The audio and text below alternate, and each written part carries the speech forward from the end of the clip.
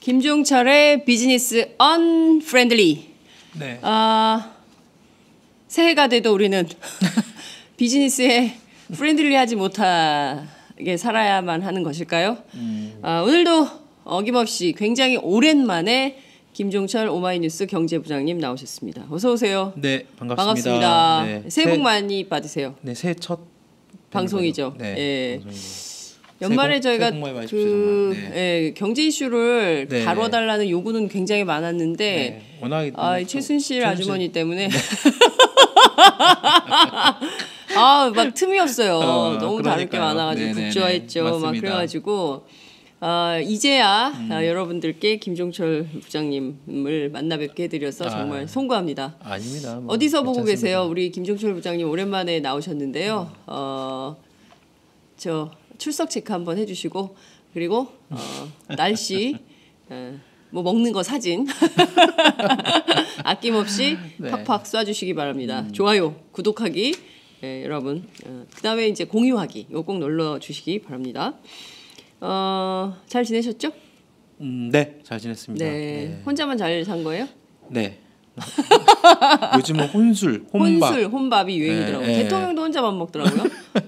난 또 처음 봤어요. 네. 왜냐하면 국회의원을 하더라도 점심에 혼자 먹는 경우가 거의 없어요. 왜냐하면 그렇죠. 점심 먹는 것도 일이잖아요. 그럼요. 사실 기자들도 사실 밥 먹는 게 일이잖아요. 밥 먹을 때 꼭 뭐 취재원 만나서 밥을 먹기 때문에 그렇죠. 혼밥, 혼술. 혼자 먹었어요? 아니요. 노는 것만. 그랬군요. 네. 오늘 삼성전자 이재용 부회장이 지난해 12월 6일인가요? 국정조사 특위에 증인으로 출석을 했었거든요. 그렇죠. 한 달 만에 특검에 소환이 됩니다. 벌써 한 달이 됐네요. 한 달이 됐어요. 한 달 넘었어요. 한 달 넘었군요. 네, 오늘이 1월 12일이니까 한 달하고도 6일이 지난 시점이죠. 그렇군요. 36일. 네. 신분이 피의자 신분이라고. 피의자 신분이에요. 피의자 신분. 참고인이 아니라 피의자 신분. 피의자 신분. 네네네. 요거 밤 사이에 또 변할 수가 있죠. 어떻게 될지 모르죠. 네. 오늘이 사실상 이재용 부회장의 운명의 날이다. 이렇게 볼 수 있을 것 같은데. 그렇습니다. 이분이 올해 나이가 어떻게 됩니까? 68년생이니까요. 68년생. 우리 이제 한국 나이 우리들이 하는 한국 나이로는 50. 지천명의 나이에 그렇군요. 감옥 문 앞에 쓴 건가요? 참 그러게요. 그러네. 네. 참. 우리하고 2살 차인데. 아니 그렇게 또 공개적으로 나이를 김종철 부장님도 70년 개띠, 아이고, 저도 70년 개띠. 아니, 이재용 부회장은 68년 잔나비띠인가요? 그렇군요. 그 중요한 개인 정보 보호가 좀 안 되는 그런 분위기. 나이 까면 어때? 같이 늙어가는 처지에. 네.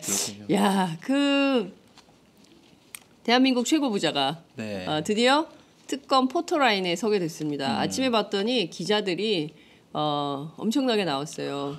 그 이재용 부회장이 검찰 조사도 받았잖아요. 11월 달에. 맞아요. 11월 달에. 그때는 참고인 조사 아니었어요? 맞습니다. 참고인 조사였고 그때는 또 막 그 주말에 그 촛불 집회 틈타서 그 다른 총수들하고 막 우르르 살짝 들어갔다가 나왔죠. 그때 또 이재용 부회장 나올 때도 또 왔는지 아닌지 모를 정도로 다 가리고 또 그러니까요. 그래가지고 나중에 뒷문수사.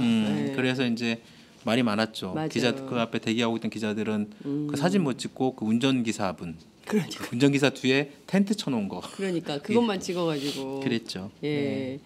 지금 여러분들께서는 현재 대치 빌딩에 위치한 특검 사무실 현장 그림을 함께 보고 계십니다. 저렇게 하니까 꼭 저희도 YTN 같죠? 네. 그렇죠? 저는 종합편성 채널 같지 않습니까? 그렇습니다. 보도 전문 채널? 형식은 내용은 아니지만 내용은 좀 더 다르게 더 잘. 그렇군요. 9시 30분 지금으로부터 약 23분 뒤에 이재용 부회장이 특검에 출석을 하게 됩니다. 기자들이 새벽부터 굉장히 분주하게 움직인 것 같아요. 현장 그림을 보면 새벽부터 진치고 오늘 기자들이 굉장히 바쁩니다. 그렇죠. 이재용 부회장이 오고 또 오후에는 반기문 유엔 사무총장이 와요. 그래서 공항으로 또 한 팀이 새벽부터 가가지고 포토라인 만들고 있다는 소식 들어오고 있는데요. 최순실 박근혜 최순실 게이트로 기자들만 주 7일 근무한다. 대통령은 주 4일 근무하는데 우리도 주 4일 일하고 싶다. 이런 말씀을 좀 드리면서 네. 본격적인 얘기를 좀 시작해 보도록 하겠습니다. 지금 박근혜 대통령 그리고 삼성 이재용 부회장 네. 간의 뇌물죄를 입증하기 위한 그 정점에 수사가 다다르고 있다. 그렇죠. 이런 분석이 나오고 있습니다. 네네. 특검이 확인했다고 봐야겠죠. 이제 부르는 걸 보면. 그렇죠. 오늘 어차피 어제 또 그 특검에서 공식 발표할 때도 아까 말씀드린 것처럼 참고인 신분이 아니라 뇌물 공여 등의 피의자 신분이라고 이렇게 명확하게 밝혔기 때문에 네.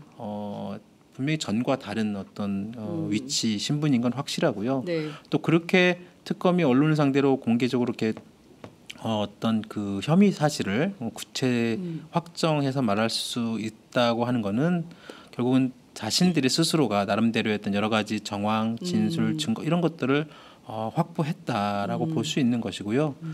그만큼 또 자신감이 붙어 있는 거죠. 그런 어떤 박근혜 대통령과 최순실 그리고 이재용 부회장 간의 이런 불법적인 어떤 그런 커넥션, 뇌물 네. 커넥션이라고 할 수 있는 그런 부분들을 특검이 상당 부분 네. 입증할 수 있는 어떤 여러 가지 것들을 증거들을 갖고 있다라고 네. 판단할 수 있는 거고.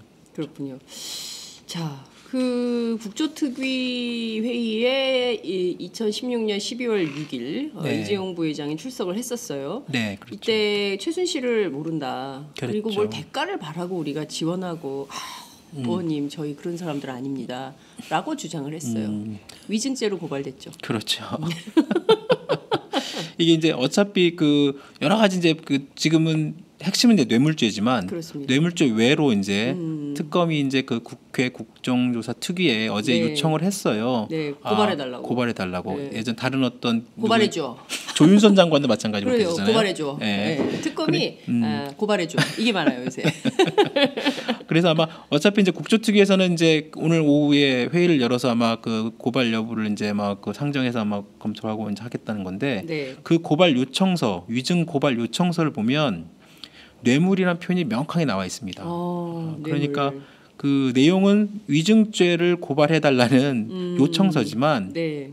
사실상 특검 자체가 이재용 부회장에 대한 뇌물죄를 기정사실화한 것 같고요. 네. 그 내용을 한번 잠깐 보면 그렇습니다. 네. 그 내용이 뭐라고 되어 있냐면 네. 그 이재용 부회장의 위증 혐의가 뭐냐 그랬더니 대통령으로부터 뇌물을 요구받고 또 삼성그룹 임직원들에게 지시해서 네. 삼성그룹 계열사로 하여금 네. 대통령이 지정한 곳에 뇌물을 공여했음에도 그런 사실이 전혀 없다는 취지로 증언한 부분이 위증이다라는 거예요. 뭐 여기에 사실관계가 다 적시가 다 되어 들어 있습니다. 네네네. 예. 그러니까 누가 어떻게 해서 어떻게 지시하고 어떤 곳에 어떻게 했다는 것들이 사실상 지적을 한 거죠. 네. 그동안 삼성이 우리는 피해자다. 네. 피해자 코스프레를 했는데 요 두 문장만 딱 보면 뭔 소리야. 대가성이 있어. 네. 이렇게 특검은 보고 있다. 라는 말씀을 좀 드릴 수 있겠습니다. 지금 자동차 한 대가 들어오고 있는데 누군지 모르겠네요. 헤드라이트를 좀 껐으면 좋겠어요. 기자들이 좀 눈이 부실 것 같습니다. 원래는 9시 반에 이제 저희가 그 네. 기자들한테 알려지기로는 9시 반에 들어오기로 돼 있었는데 그러니까요. 예, 벌써 잘못 들어온 차죠, 잘못 저거. 들어온 차죠. 그 이제 해가 있는데 헤드라이트는 좀 꺼도 되지 않겠어요?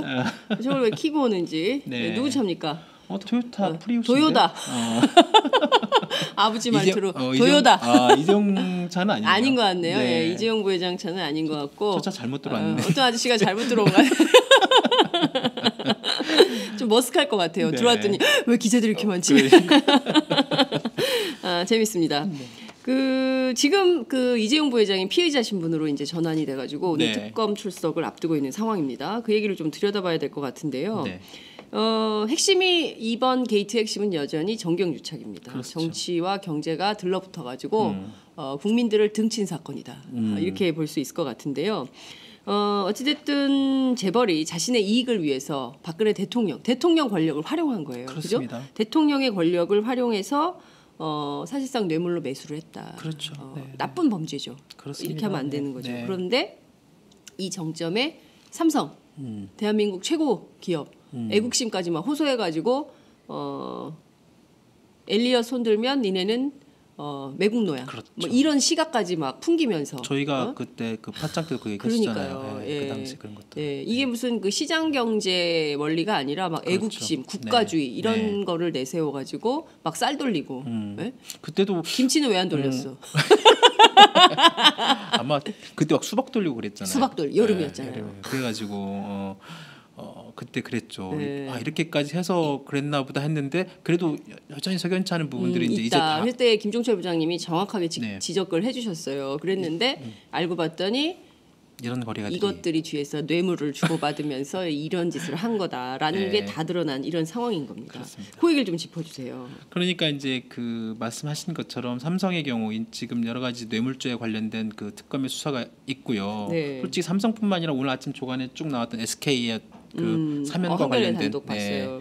사면 관련된 부분, 뭐 CJ, 뭐 여러 가지 또 뭐 기업들 KT, 현대차 네. 이런 재벌들과 했던 여러 가지 그 자신들의 어떤 그 현안과 대통령과의 그런 독대 과정에서 나왔던 여러 가지 그 내용들이 있습니다. 이제 앞으로 아마 계속 나올 가능성이 있고요. 네. 삼성 같은 경우에는 다른 재벌과 다른 게 다른 재벌들은 이제 재단을 통해서 그렇게 지원이 됐고 물론 이번에 그 재단을 통해서 지원된 금액이 삼성 204억으로 가장 많습니다. 네.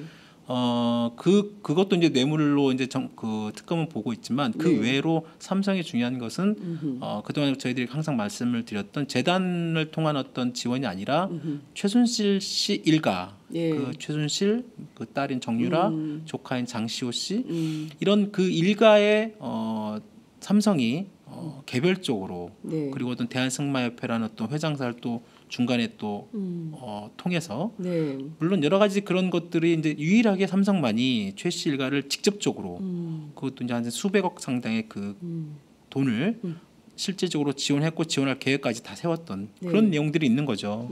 그래서 왜 삼성이 최순실 일가에 그런 어떤 K스포츠재단의 미래재단이 아닌 네. 일가에 왜 돈을 줬냐. 지원느냐 그게 이제 핵심이었던 거고요.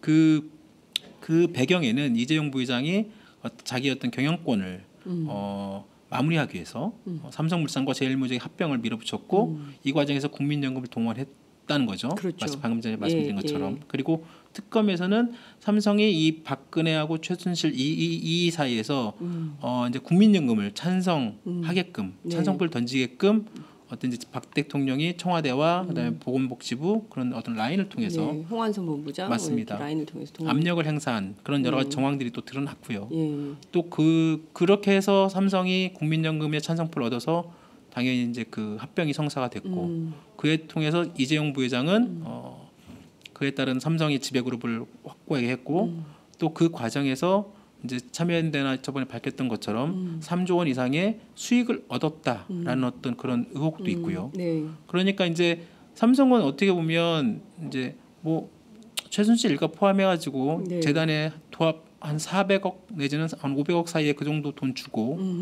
이재용 부회장의 경영권을 승계 확정하고 네. 3조 수조 원 이상의 이득까지 올렸다고 하면 뭐 결코 뭐 미치는 장사는 아니지만 그것이 과연 불법적인 어떤 네. 그런 압력에 의해서 진행됐다는 것이 잘못된 거죠. 그렇죠. 지금 짚어야 될 게 그것뿐만 아니라 그 메르스 사태 때 네. 그 얼마나 많은 무고한 생명들이 목숨을 잃었습니까? 네. 그런데 그 문제와 관련해서도 감사원 감사를 통해서 삼성병원에 네. 이게 영업 정지를 하든 과태료 처분을 그때 하든 그런 했어야 일 됐는데 맞습니다. 그거를 미루다가 봐주기 의혹이 있더라고요. 그래서 처음에 연말에 맞습니다. 예. 삼성병원이 처음에 삼성서울병원을 그게 이제 그 메르스 환자 첫 번에 이렇게 확산 네. 그 두 번째죠. 그러니까요. 그 이름을 공개하지 않느냐 엄청나게 많이 많았잖아요. 맞아요. 예, 그 정부는 주범- 다 알고 있었고 그러니까요. 시민들도 궁금하고 네. 시민들 사이에서 오죽했으면 그 스스로 알아서 이렇게 퍼뜨렸잖아요. 지금. 맞아요. 근데 이런 게 정말 우리 국민들이 정신 똑바로 차렸으니까 이 나라가 이나마 돌아가는 거예요. 우리 국민들이 국민들마저 정신을 놓으면 이 나라 어디로 갈지 그렇습니다. 몰라요. 네. 그러니까 우리가 정신 똑바로 차리고 팟짱 열심히 들으면서 이 상황을 주시를 하고 계셔야 됩니다, 여러분. 10분 뒤에 이재용 부회장이 도착한다고 하는데요. 이재용 부회장이 도착을 하면 저희가 잠시 카메라를 현장으로 돌려서 여러분들께 생생한 현장 소식 보내드리도록 하겠습니다. 지금 저희가 얘기를 좀 하고 있는데요. 저는 좀 이해가 안 가는 게 왜 최 씨 일가에게 삼성이 직접 지원을 했을까? 강아지 그 배변 패드까지. 그게 이제 그 드러났죠. 삼성이 저희 나중에 또 말씀을 드리겠습니다만, 네. 삼성이 이제 그 코레스포츠와 지원 네. 계약을 맺을 때 네. 조건을 붙입니다. 계약서 안에. 이번에 청문회도 일부 나왔습니다만, 네. 계약서 안에 한 달 동안에 이제 우리가 한 달 매달 돈을 어떻게 쓸 것인지 그 영수증을 첨부해서 삼성 쪽에 보고를 하게 되는 거고, 네. 또 이게 승마 선수 지원 목적이니까 네. 이 돈을 받아서 승마 선수가 어떻게 훈련을 해서 어떻게 기량이 향상됐는지를 또 이렇게 알리도록 이렇게 계약서에 써 있다고 합니다. 네. 근데 방금 아까 하신 그 강아지의 어떤 배변 네. 패드부터 해가지고 네. 사실상의 그 분유 아기 목욕통 맞습니다. 영수증을 보면 이건 사실상 뭐 개인의 모든 무슨 삼성돈 살림이야. 가지고 네. 삼성돈으로 살림했더라고. 독일 살림 자기들이 그냥 뿌린 거나 다름없죠. 그러니까 전혀 이 지원이 사실상 지원이 아니고 그냥 돈을 준 거나 다름없는 거죠. 네. 그게 그 특검 이런 자료에서 이제 드러났던 것이고, 네. 왜 최순실 일가에게 직접 지원했느냐라고 여러 가지 이제 지금 특검 수사나 막 청문회 과정에서 여러 번 나왔습니다만, 결국은 처음에는 삼성도 자신들이 최순실 몰랐다. 이재용 부장이 항상 그런 얘기를 합니다만, 그것도 이제 약간의 이제 위증 논란이 있습니다. 그 시기를 놓고. 네. 그럼에도 불구하고 여하튼 최순실 씨 박 대통령이 직접 그 2014년 네. 9월달에 대구의 창조경제센터 지원 그 만난 자리에서 네. 갑자기 이제 승마 지원을 네. 이재용 부회장한테 얘기를 하니, 네. 그 전까지는 승마 지원 포함해 다른 어떤 운동이나 이런 부분을 하다가 갑자기 대통령이 승마 지원 하라고 해서 뜬금없이 놀래가지고. 웬 승마? 그렇죠. 그래서 이제 돌아와서 알아보고. 네. 그리고 이제 그 다음에 이게 2014년 9월이고요. 네. 그 다음에 이제 한화와 삼성 빅딜이 2014년 10월 11월 달 있습니다. 네. 그래서 이제 그 전에 대한승마협회 회장사가 한화였는데요. 네. 한화가 이제 이 승마협회 회장사를 삼성으로 넘깁니다. 네. 2014년 말, 그래서 2015년 초에 이제 그 삼성전자에서 그 삼성에서 대한승마협회 회장을 맡습니다. 그리고 2015년 그 3월달에 본격적으로 이제 그 대한승마협회에서 이쪽 승마 지원 계획을 로드맵을 만들어서 진행을 하죠. 그리고 그 다음에 2015년 5월달에 삼성물산과 제일모직 합병에 대한 어떤 내용이 나옵니다. 그렇군요. 그리고 7월달에 이제 그 삼성물산 합병에 대한 어떤 그 국민연금에 찬성이 있는 게 나온 거고요. 그렇군요. 야, 그러니까 그 부장님께서 쫙 정리를 해주시니까 일목요연하게 머리로 그림이 딱 그려지는 이런 상황인 겁니다. 지금 이재용 부회장이 들어옵니까? 이재용 부회장이 아직 안 들어오나요? 예. 왜 이렇게 우리가 이재용 부회장을 기다리고 있죠? 라는 생각이 좀 들면서 어찌됐든 삼성 입장에서는 자신들의 요구를 관철하면서 그죠? 동시에 이제 일종의 이제 전형적인 권력형 범죄 비리 사건이다. 이거를 좀 확인을 좀 할 수 있을 것 같다라는 생각이 좀 듭니다. 특검에서 박근혜 대통령하고 이재용 부회장 여러 차례 독대하면서 불법 거래를 주도했다. 이렇게 보고 있는 것 같아요. 박 대통령이 주도했다. 주범이다. 네. 그러니까 지금 이재용 부회장에 대한 뇌물죄를 뇌물 혐의, 뇌물 이제 공여냐 그 형법상의 129조, 130조 이렇게 제3자 뇌물 공여 내지는 수뢰 이런 것들이 있는데요. 여하튼 이재용 부회장에게 뇌물죄를 적용하게 될 경우에 결국은 그 핵심은 박근혜 대통령한테 가는 거죠. 박근혜 대통령이 이 부회장과 같이 이제 그 뇌물죄 그 뇌물죄 행사가 이게 있습니다. 잠깐 제가 말씀을 드릴게요. 정확한 규정을.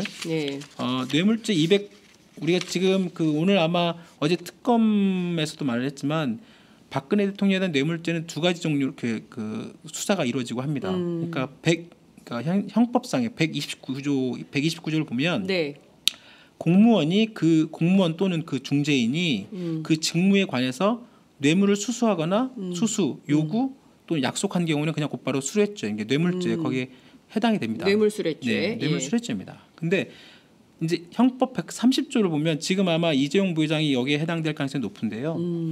공무원 여기서 공무원 사실상 박근혜 대통령이죠. 공무원 또는 중재인이 그 직무에 관하여 부정한 청탁을 받아요. 그러니까 부정한 청탁을 받고 예. 그러니까 박근혜 대통령이 부정한 청탁을 받습니다. 예. 누가- 삼성으로부터? 아니죠. 부정한 청탁을 받고 예. 제3자에게 예. 그러니까 부정한 청탁을 받고 예. 제3자에게 그러면 부정한 청탁은 최순실 씨. 아, 최순실. 예, 예. 최순실가 제3자잖아요. 그러니까 언니 유라. 그렇죠. 그렇죠. 그러니까 말. 일본 공무원이 예. 공무원이 그 직무에 관해서 부정한 청탁을 받고 제3자에게 그러니까 최순실로부터 부정 청탁을 받고 예. 뇌물을 공여하게 하거나 그러니까 뇌물을 줘라라고 네. 요구하거나 예. 공여를 요구하거나 약속한 경우 아. 제3자 뇌물 제공죄로 처벌을 받습니다.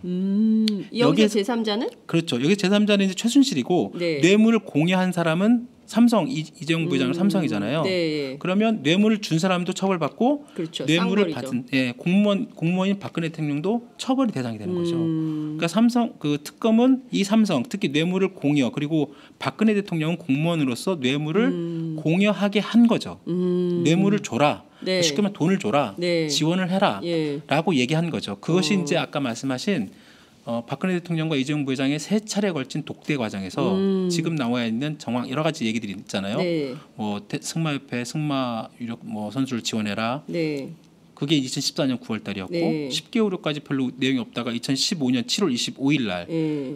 그 갑자기 이제 박근혜 대통령 이재용 부회장은 엄청나게 질책을 했다고 합니다. 예. 아니 왜 안 해주냐고. 그렇죠. 왜 안 해주냐고. 빨리빨리 해야지. 내가 10개월 전에 작년에 얘기했는데 왜 지원이 안 되냐. 그래가지고 그 밑에 승마협회 사람들 다 갈아칩니다. 이 사람들 안 되겠다.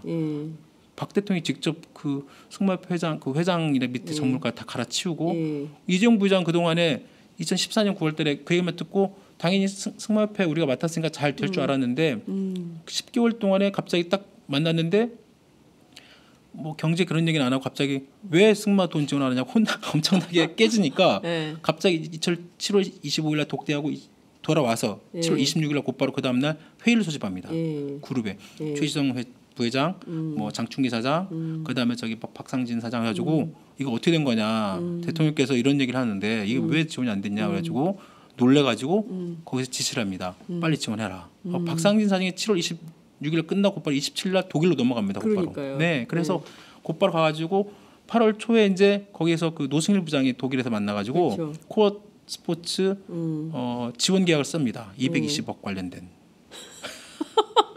그러니까 그리고 참 속사포다. 그렇죠. 그죠? 그리고 예. 그러다가 이제 2016년 2월 달에는 또 만납니다. 예. 그 박 대통령하고. 네. 이번에는 뭔 얘기냐면 그 장시호 씨가 동계 스포츠. 예, 동계 영재 스포츠 센터 있잖아요. 네. 그 기획서를 딱 들고 옵니다. 장시호 씨가 만든 기획서를 최순실 씨한테 주고요. 최 씨가 그걸 청와대 박 대통령한테 준 거죠. 아까 말했으면 그 3자가 정확하게 라인이 딱 통하잖아요. 네. 박 대통령은 최순실로부터 그 기획서를 받고 와가지고 네. 이재용한테 바로. 이재용한테 줍니다. 네. 이거 검토 좀 해서 돈 좀 줘. 거기 한 10억 정도 네. 동계 연기 스포츠 센터를 지원하라는 내용이 있습니다. 그렇게 되니까 뭐 이재용 부회장 입장에서는 좀 어떻게 보면 그거 사전에 이제 내용들을 알았겠지만 그 과정에서 이제 사실상 이런 어떤 제3자 뇌물 공여와 이런 뇌물죄를 특검이 입증할 수 있는 그런 네. 내용들을 자신감 갖고 있는 거죠. 여기서 이제 장시호 씨는 5억 정도 띵기고. 그렇죠. 지금 횡령으로 들어갔지만 횡령. 네. 횡령.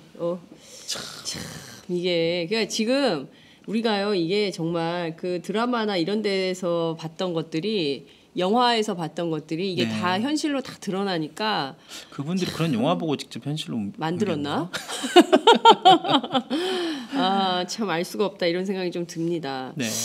그 문제는 지금 가장 심각한 문제는 이런 것 같습니다. 어찌됐든 지금 이렇게 불법 부정한 행위를 하면서 국민연금이 동원됐다는 거예요. 그렇죠. 국민연금은 김 부장님도 내시고 저도 내시고 그럼요. 네. 국민 모두가 내는 노후를 국민들의 노후를 책임지는 정말 그 피땀이 서린 돈이거든요. 맞습니다. 이게 동원이 됐어요. 근데 여기에서 과연 박근혜 대통령이 이거 좀 해라라고 지시를 했다면 대통령이 네. 국민들이 뽑은 대통령이 국민들의 그런 그 정말 피눈물 같은 그 돈을 이재용 씨 삼시세의 승계를 우리 정부 안에서 끝내야 된다라고 생각하면서 지원을 하라고 했다면 그래서 문영표 전 장관이 동원이 됐다면 이거 어떻게 되는 겁니까? 그래서 이제 이게 이제 그 핵심이 되는 겁니다. 그게 이제 그 대가성의 이제 네. 그 핵심이 되는 것이 바로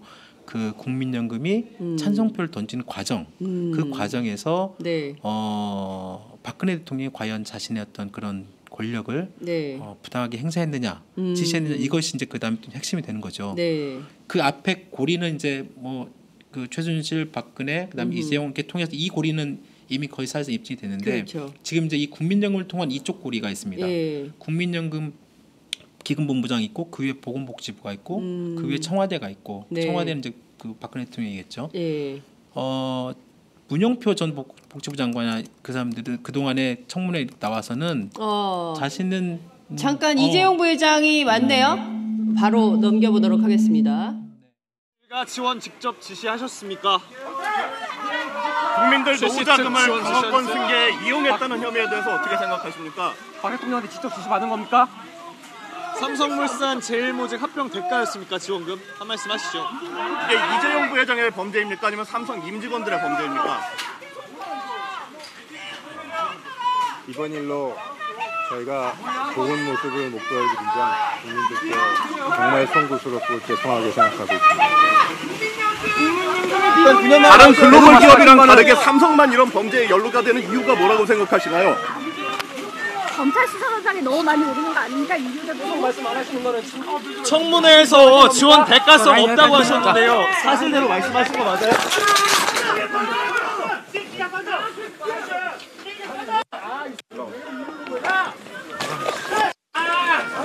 아니 거기를 나가면 어떡해! 아왜 거기까지 들어가서 그래? 가야죠. 그래도. 네. 지금 이재용 부회장이 9시 29분, 네. 28분께의 특검 주차장에 도착을 했어요. 기자들이 굉장히 많은 질문을 했지만 네. 아주 간략하게 미소를 띄우면서 미소를 살짝 머금고 이야기를 했습니다. 이번 일로 심려를 끼쳐드려 국민 여러분께 사과를 드립니다. 저도 네 그렇죠. 한 문장 네. 딱 얘기를 하고 아무 말도 하지 않고 엘리베이터를 탔습니다. 그 기자들 앞에서는 살짝 웃었지만 엘리베이터 안으로 들어갔을 때는 얼굴이 굳어진 이런 그렇습니다. 모습을 여러분께서 함께 보셨습니다. 저 멘트 어떠세요? 뭐 예상했던 그래요? 네. 항상 그 검찰 네. 포토라인에 서게 되면 네. 그 이상의 말을 하기가 어려운가 봐요. 그러니까 네. 우리가 일반적으로는 서보지 않아서 잘 모르겠습니다만. 한번 서봐야 되나? 아니요. 네. 근데 정말 그 청문회 자리에서도 한번 나와서 있었고요. 네. 그다음에 그 이재용 부회장이 사실 검찰의 포토라인에 쓴 게 이번이 처음은 아니죠. 엄밀히 말하면 네네. 그 9년 전이었던가요? 9년 전에도 네. 그때는 이제 그 삼성전자 전무 네네. 시절이었어요. 예. 그 아마 삼성전자 전무 시절에 왜 갔냐면 그때 예. 삼성 특검. 예. 그때도 특검이었죠. 조준웅 특검. 그렇죠. 그때 제가 그때 특검 취재했어요. 맞아요. 조준웅 특검, 그때 삼성 그러셨죠. 특검 때. 하셨죠. 2008년 그 2008년 2월 달이요. 예. 그때 굉장히 앳된 분이었어요. 이재용 부회장. 삼성전자 그때도 전무. 출석했어요. 예. 예, 그게 전무. 9년 전이었으니까. 그렇죠. 젊었네. 41. 네. 예, 그렇군요. 그렇군요. 그때 에버랜드 전환사채 헐값 맞습니다. 발행, 그때 맞아요. 경영법 그 불법 승계 그 문제 때문에 그때 특검에 출두를 했었죠. 그때는 솔직히 근데 이재용 부회장보다는 이건희 회장이 직접 그렇습니다. 그게 더 그쪽에 컸죠. 훨씬 더 예. 스포트라이트가 예. 갔었던 것이고. 그리고 이제 홍라희 여사 엄마, 네네. 홍라희 씨의 그 그림. 그렇죠. 네. 그것도 있었고. 예, 뭐 여러 가지 있었는데 여하튼 중요한 거는 대를 이어서 특검에 출석하고 있는 부자 그렇게 된 이재용 부회장 그리고 아버지 이건희 회장. 그렇게 된 그 아버지 거네요. 건강은 어떠세요, 진짜? 1월 9일이 엊그제 생일이었습니다. 생일? 예. 이건희 회장 생일이었는데 네, 생일 잔치. 못했죠. 원래 다 해주는데. 원래 삼성이 이제 1월 9일이 이건희 회장 생일이잖아요. 예. 1월 9일날 매년 삼성인상을 시상을 합니다. 삼성인상. 그래서 그 자기 생일날? 그렇죠. 김정일인가? 생일날. 그래서 꼭 생일날. 그래서 삼성일 이 밥에 고기 호화마트 국절? 홀 있잖아요. 호화마트. 호화마트. 거기에서 삼성인상 시상을 하고요. 네. 그 시상 그 가족들을 네. 신라 호텔에 초청을 합니다. 그래서 저녁을 사줘요. 호화마톨 중앙일보 그렇죠. 지하에 있는 거 그 중앙일보. 얘기하는 네네, 거잖아요. 맞습니다. 예. 네, 거기서 시상식하고 신라 호텔 가서 그 가족들 밥 사먹이고. 밥 사주고. 그게 부페? 모르겠어요. 그거는. 대신 되게 비싼 거 같고. 비싼 밥을. 그렇죠. 그게 이제 이건희 회장 생일 때 1월 9일 자기 생일날. 그렇죠. 자기 생일날 예. 뭐 베푸는. 그럼 이제 이재용 회장 생일로 바뀌는 거예요? 모르죠. 이제 지금 분위기에서. 이게 구한말도 아니고 19세기도 아니고 말이죠. 그렇죠. 뭡니까 그러니까 그런 얘기들이 자기 많았죠. 생일날 뭐 좀 이렇게 그 스토리텔링이 돼야 되잖아요. 21세기에. 그럼 자기 생일날 뭐 북한도 아니고 왜 이 밥에 고깃국 먹이지? 촌스러워 그러네요. 죽겠어요. 예. 맞아요. 근데 여하튼 그 올해 못했어요? 올해 못했습니다. 올해 못했고요. 올해 네. 또 이제 그 아까 특검의 여러 가지 분위기 자체가 좋지 않았고 그 얘기는 하더라고요. 그러니까 네. 나중에 그 생일날 네. 이제 삼성 쪽에서 기자들한테 약간의 어떤 그런 그러니까 백그라운드 브리핑이라고 해가지고 이제 약간 배경 설명한 게 네. 생일날 뭐 어떻게 하셨냐라고 물어봤을 때 이제 네. 이재용 부회장하고 가져가고 최지성 부회장 네. 이제 그 측근 몇 명이 그 병실에 가서 인사하고 그렇게 좀 잠깐 있다가 나왔다라는 정도 했다고 하더라고요. 병실에 가서 인사하고 그러니까 아직도 병환 중에 계신 거죠? 그렇죠. 예, 아직 그 눈은 깜빡거리고 사람을 알아보지 못하지만 여전히 자가호흡으로 누워 계신다고 하니요. 그렇군요. 네. 예. 어쨌든 쾌유를 빕니다. 네. 예, 얼른 일어나셔야죠. 예, 일어나셔서 한국 경제를 위해서 역할을 좀 하시기를 바란다는 말씀을 좀 드리면서 국민연금 얘기 다시 이어갈게요. 그렇죠. 그 과정 굉장히 중요하다고 말씀을 해주셨거든요. 네. 예. 그러니까 아까 그 핵심이 아까 이쪽 라인, 그러니까 국민연금이 찬성표를 던진 네. 7월 10일이죠. 예. 7월 10일 날 찬성 결정을 내리고 7월 네. 17일 날 최종적으로 이제 오케이를 한 거죠. 왜 국민연금이 그런 어떤 그 엘리엇이라는 어떤 미국계 헤지펀드의 어떤 반대, 왜 다른 외국계 주주들의 반대에도 불구하고 찬성표를 던졌느냐라는 여러 가지 그 의문, 그 아까 그게 결정적인 역할이 됐던 것이고 그렇죠. 거기에 이제 처음에 문용표 전 보건복지부 장관이나 이런 사람들은 절대 외압이나 압력을 행사한 적이 없다. 그 찬성을 결정하는 그 과정도 네. 되게 좀 문제가 많았기 때문에 네. 도대체 왜 이렇게 했나? 근데 분명히 무슨 어떤 외압이 있을 것이다. 그리고 실제적으로 그 했던 투자 위원들도 압력을 받았다는 어떤 그런 진술이 나왔잖아요. 네. 근데 문 장관은 청문회 때는 전혀 그걸 부인을 했어요. 근데 특검에서 이번에 그 시인을 했잖아요. 그리고 네. 구속됐죠. 그러니까요. 구속되면서 자신이 압력을 행사했다는 걸 인정했고 자신이 그걸 할 수밖에 없는 또 자기도 받았다는 거죠. 청와대로부터. 압력을. 그렇죠. 네. 거기에 이제 안종범 수석이 또 그 수첩에 나옵니다. 근데 그런 그거 어떤 어제 내용들. 부동의했어요. 그렇죠. 자신이 자기가 쓰고 자기가 아니라고. 그러니까 그러면 자기의 어떤 그런 수첩을 참. 증거로 인정을 안 안 하겠다라는 하는 것도 되게 좀 아이러니하지만 네. 하여튼 거기 수첩과 그다음에 청와대 고용복지수석실에서 네. 복지부와 같이 이메일 보내면서 국민연금 관련된 내용들이 나옵니다. 네. 이렇게 보면 네. 결국은 청와대가 주도적으로 국민연금의 삼성물산 제일모직 합병 과정에서 주도적으로 개입이 됐고 그 안종범 경제수석 그다음에 그 당시에 보건복지부 장관 그다음에 그 밑에 있던 홍한선 그 기금본부장 이런 라인을 통해서 그게 조직적으로 이루어졌다고 보는 게 이제 특검의 어떤 그런 시각이고요.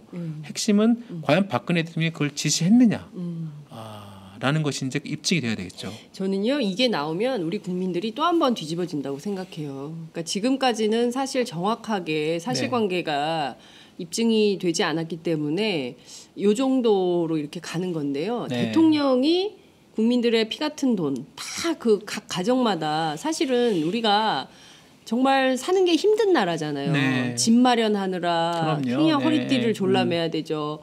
애들 또 공부시키느라고 네. 예? 사교육하느라고 대학 보내는데 7억 든다 그랬죠. 애 하나 키우는데. 그렇죠. 예. 초보까지.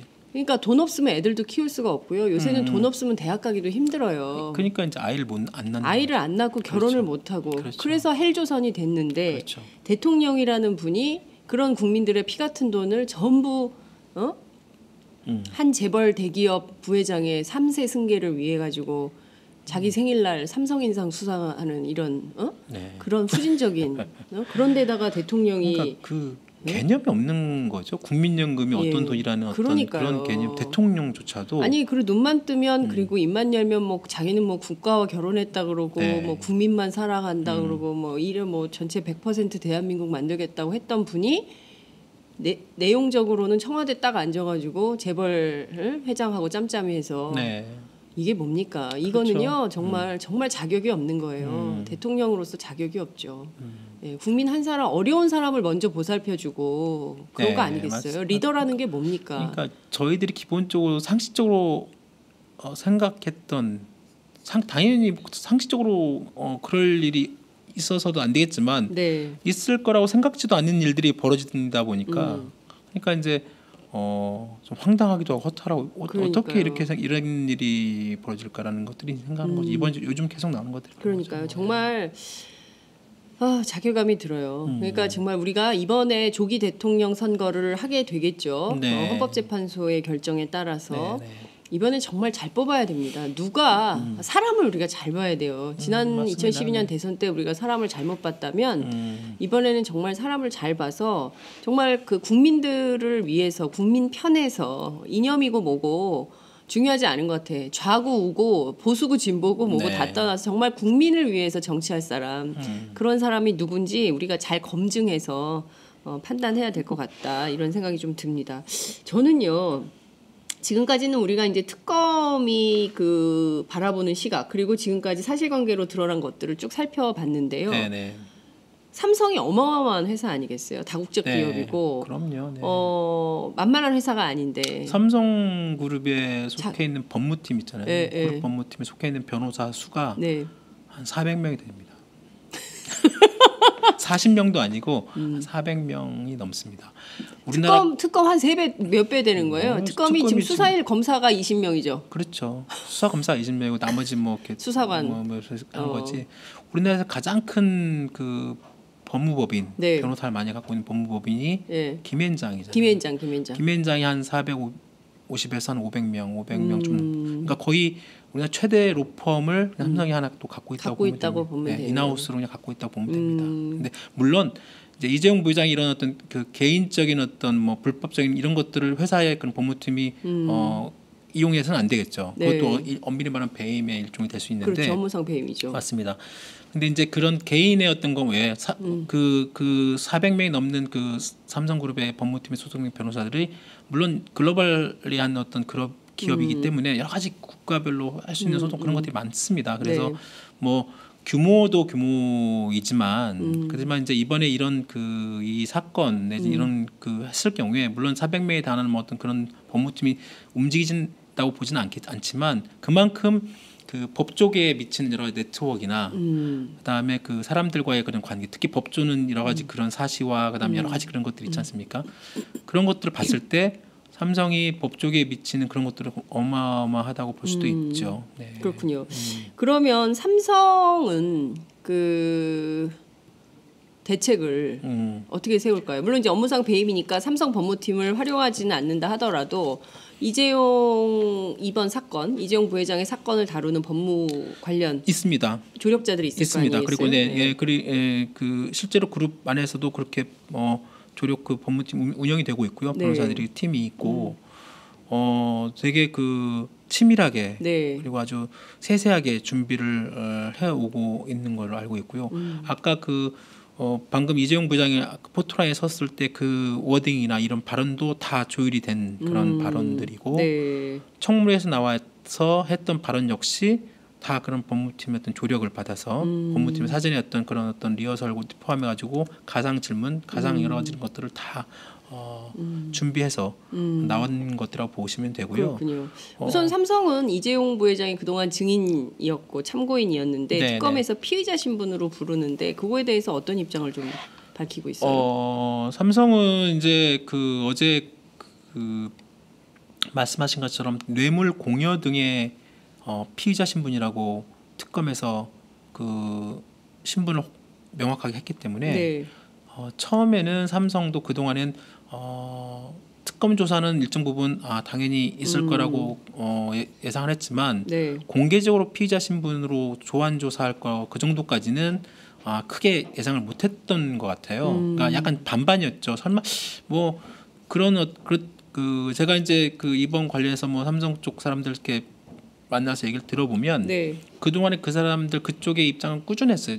자신들은 정말로 여러 가지 뭐 그동안 제가 아까 말씀드린 것처럼 우리는 그런 대가를 바래서 최 씨에게 지원한 것이 아니고 그다음에 최순실 씨를 인지한 것도 이재용 부장이 청문회에서도 말했지만 2016년 올해 뭐 작년 그거 할 때 그러니까 2016년 뭐 초쯤에 뭐 최 씨를 뭐 알았다라는 식으로 이렇게 좀 그 대답도 약간 얼버무리는 네. 명확하지 않게 하여튼 그렇게 했지만 그런 식으로 이제 이렇게 얼버무리면서 얘기를 했지만 실질적으로 지금 나와 있는 여러 가지 정황 증거들 뭐 이런 뭐 진술들 언론에 공개된 내용들을 보면 네.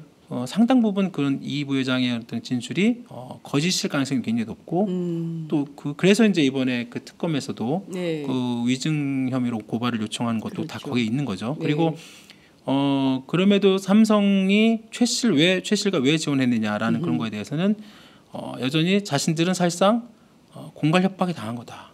최 씨가로부터 사실상에 저한테는 어떤 얘기가 됐냐면 예. 뇌물죄가 아니라 차라리 공갈죄다. 공갈죄는 뇌물죄 이번에 뇌물 아니 공갈은 당한 거라는 거 아니에요? 그렇죠. 자신들이 공갈 협박을. 그래서 진짜 박 대통령을 당신들이 뇌물죄보다는 예. 뇌물죄가 5년 이하 징역과 또는 10년 이하 자격정지거든요. 예. 공갈죄는 더 무겁다. 박근혜 대통령이나 최 씨를 그쪽으로 예. 처벌하고 우리는 피해자지. 우리는 뇌물을 준 적도 없고 예.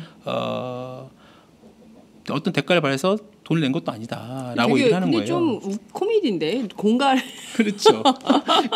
그러니까 이런 얘기도 했어요. 저한테 아니 우리가 정말로 뇌물을 주려고 했다고 하면 지금 그 직접 지원한 금액이 35억이잖아요. 원래 네, 220억에 이제 지원하겠다는 네. 그 계약서에 그렇게 돼 있고 예. 2년 3년을 걸쳐서 지금 실제로 돈이 넘어간 건 35억이고 장시호 씨한테 16억 얼마 넘어갔어요. 16억 2,800만 원인가. 그래서 합해서 실질적으로 최 씨한테 직접 들어간 금액이 51억인가 그래요. 삼성에서는 우리가 정말로 뇌물을 주려고 했다고 하면 네. 그 금액을 줬겠냐. 그리고 그 뇌물을 주면서 뭐 영수증을 첨부하고 한 달에 매달 얼마씩 영수증 받고 그다음에 뭐 어떤 뭐 경기력 향상에 관련된 뭐 보고서를 받자고 계약서에 쓰고 그렇게 했겠냐. 그러니까 그런 얘기를 하는 거예요. 그러면서 특검이 너무 그 자신들 뭐 실제 정말 명확한 증거도 없이 그리고 뭐 여론몰이를 하고 있고 지금 나오고 있는 여러 가지 내용들도 자신들이 특검이나 검찰 조사에서 이미 다 그 진술한 내용만 가지고 특검이 마치 자신들이 수사해서 얻은 것처럼 그렇게 여론 플레이를 하고 있다 이렇게 막 불평을 하고 하더라고요. 그래요? 근데 그 중요한 거는 지금까지 나온 그 증거들을 보면 삼성이 네. 우리는 공갈 협박을 당했다라고 네. 주장만 하기는 굉장히 어려운 건데 삼성도 전술이 있을 것 같긴 해요. 그렇죠. 네. 그러니까 이게 이제 막 말씀하신 뇌물죄로 만약에 정말 사실상 지금 이제 아마 그런 법리 다툼이 분명히 있을 텐데 네.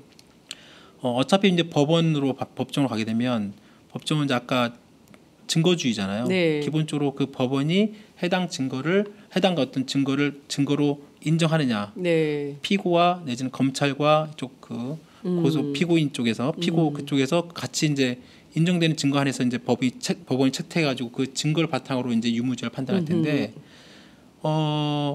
삼성은 그런 나름대로 어떤 그런 게 있는 것 같아요.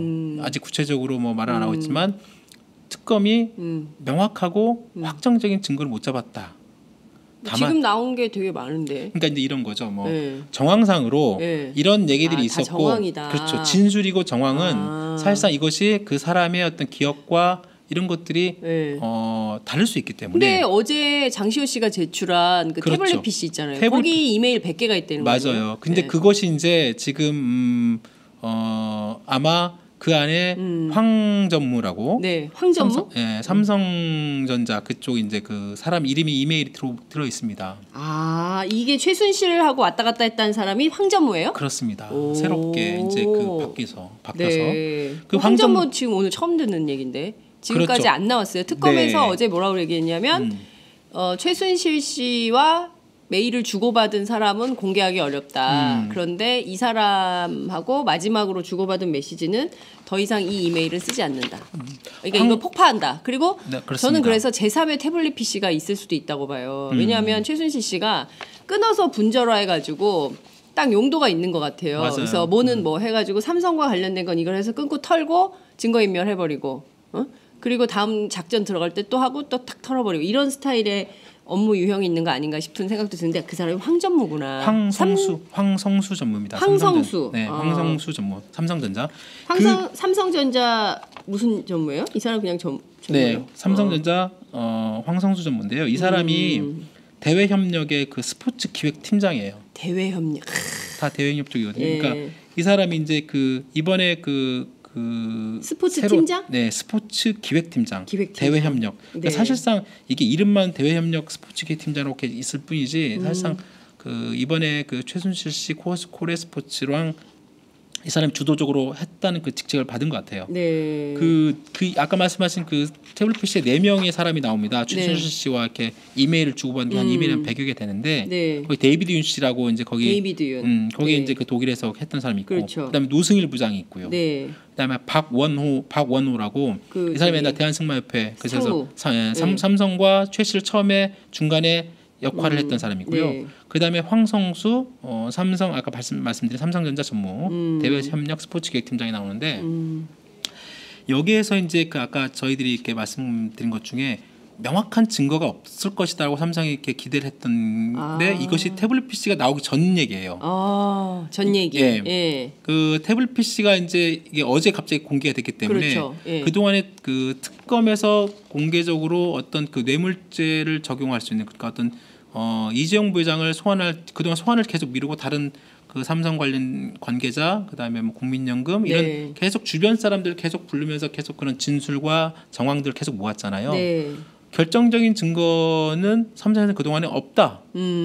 그렇기 때문에 이대로 가면 네. 우리는 특검 상대로 백전백승이다 이런 얘기 됐어요 저희한테. 네. 삼성 쪽. 백전백승이다. 태블릿 PC 나오기 전에. 네. 그 태블릿 PC 나온 다음엔요? 그러니까 이제 이것이 이제 네. 이것을 가지고 아마 네. 이것을 가지고 아하. 이제 아마 그 이재용 부회장을 이제 직접 들이밀겠죠. 이런 여기 이메일을 보면 네. 당신네가 최 씨한테 이렇게 돈을 주고 네. 최 씨가 오케이 받았다고 하고 이런 게 다 명확하게 있지 않느냐. 왜 이걸 부인하느냐라고 할 수 있고 네. 이제 삼성 쪽에 이렇게 나올 수 있습니다. 이재용 부회장은 나는 보고 못 받았다. 밑에서 알아서 했는데 나는 보고 못 받았다고 할 수도 있습니다. 그 이메일에 이재용 부회장과 관계된 내용이 있는지 그렇죠. 그게 이제 있어서 피의자로 부른 건지 그렇죠. 이게 포인트구만요. 이게 포인트죠. 그래서 나중에 이제 그것은 이제 아마 오늘 저녁 아마 이제 한 10시간 넘게 또 조사가 이루어지겠죠. 조사하겠죠. 예, 그러면 이제 그 구속 영장을 청구한다고 할 경우에는 네. 그에 걸맞는 예. 증거와 내용들이 확보가 됐고 그렇게 이제 그 특검이 어떻게 이재용 부회장의 신변을 신분을 할 것인지 그걸 할 것인지 보면 이제 아마 어느 정도 유추할 수 있지 않을까라는 생각이 그렇군요. 듭니다. 재밌는 얘기입니다. 저는 장시호 씨가 참 재밌어요. 어제 우리 안홍기 기자에 따르면 특검 도움이라고.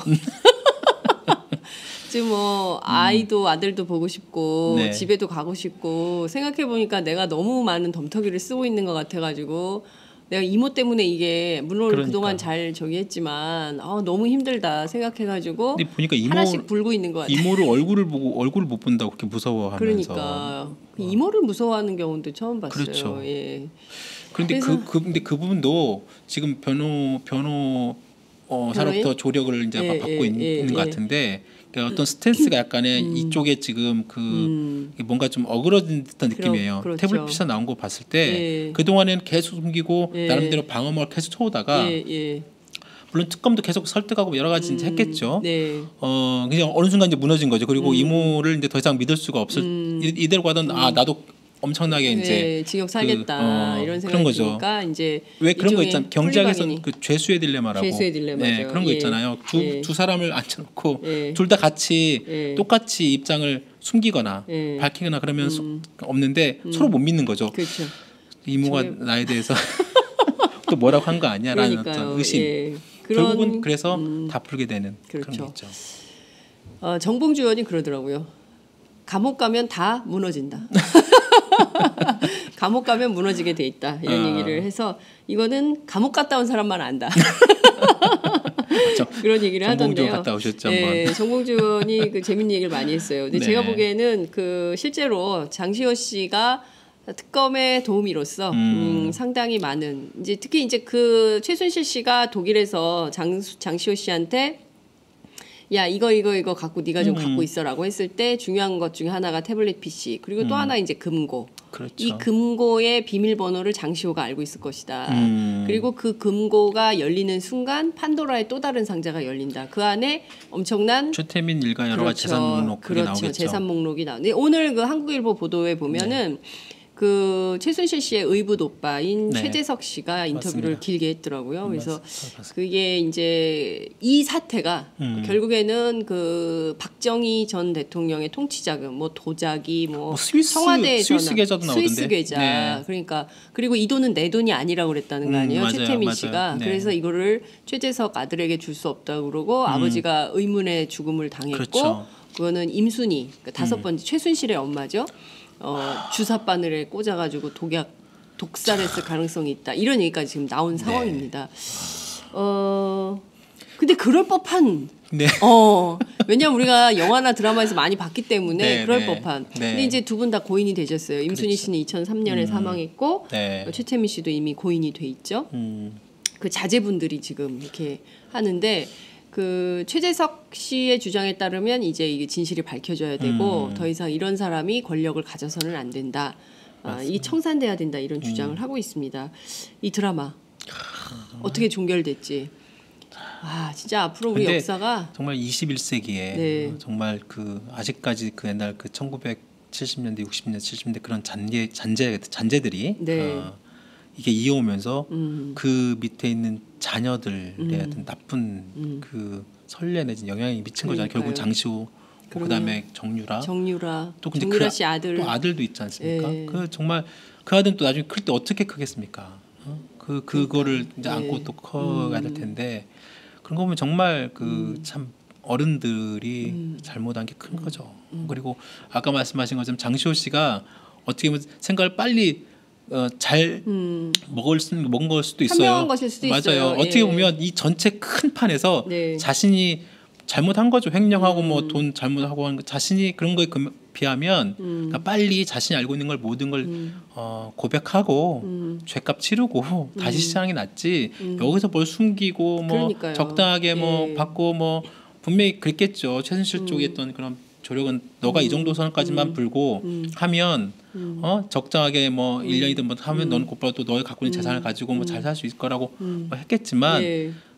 해보니 이게 안 될 수도 있다라는 어떤 그런 생각이 들 수 있을 것이고 그러니까 그거를 잘 생각해서 자신이 알고 있는 그런 진실을 이런 걸 고백하고 죄값 치르고 다시 시작하는 게 네. 앞으로 살아갈 날들이 엄청 많지 않습니까? 그래야 그렇죠. 되는 거죠. 그러니까 그런 얘기 하더라고요. 전직 검사들이 일종의 이제 플리바게닝 같은 거. 그렇죠. 네. 우리는 이제 기소권이 검찰에게만 있잖아요. 기소독점권이 검찰에 있으니까 다 들어보고 그래?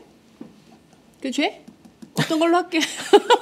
그걸 풀어줄 수도 있다는 거예요. 그렇죠, 그렇죠. 다 이제 그 최순실의 죄를 다 하면 물론 장시호도 뭐 횡령에 뭐에 뭐 많습니다. 그렇죠. 그렇지만 더 큰 범죄 사실을 확인하기 위해서 검찰이 네. 이제 그걸 받아들일 가능성도 있다 이런 얘기도 하는데 그 한국일보 인터뷰에서 최재석 씨가 제일 마지막에 했던 게 이제 그 시절의 젊은 그 김기춘 네. 씨가 아버지를 찾아왔다. 아버지 사무실은 아무나 들어오는 데가 아니었다. 근데 그때 김기춘이 왔었다. 그러면 젊은 사람이 굉장히 잘 나갔던 거였고 결국은 김기춘이 뿌리다. 그 뿌리를 이번에는 캐내야 된다. 이런 얘기를 했어요. 그래서 굉장히 의미심장한 인터뷰였는데 아무튼 저는 이 사태가 이 그 과거의 적폐를 이 맞습니다. 잘못된 이 적폐를 이번 기회에 청산하지 않으면 우리 역사에서 새로운 역사 가기 어렵다. 아마 이런 이렇게 기회도 생각을 합니다. 앞으로 이런 기회도 없을 것 같아요. 네, 네. 정말로 아까 말씀드린 정경유착 포함해서 그다음 여러 가지 뭐 이번에 블랙리스트 네. 그다음에 아까 김기춘 씨의 어떤 과거의 어떤 그런 것들 그런 것들이 10조 원이 있다는 거 아니에요 해외에 네, 지금 재산이. 예, 재산이. 그렇죠. 예, 그래서 그러니까 참 이 문제가 그래서 이번 특검의 수사 조사 이런 것들이 굉장히 중요합니다 정말. 네. 그렇습니다. 재밌었어요. 오늘 네. 말씀 여기까지 듣도록 하고요. 다음 네. 주에 네. 더 재밌는 내용으로 알찬 내용으로 오실 거죠. 네, 알겠습니다. 오늘 말씀 잘 들었습니다. 네. 고맙습니다. 네, 감사합니다. 하루야채 주세요. 저 이거 하나 샀는데 유기농 야채가 14가지? 14가지 유기농 야채 이것뿐일걸. 14가지 유기농 야채 하루야채.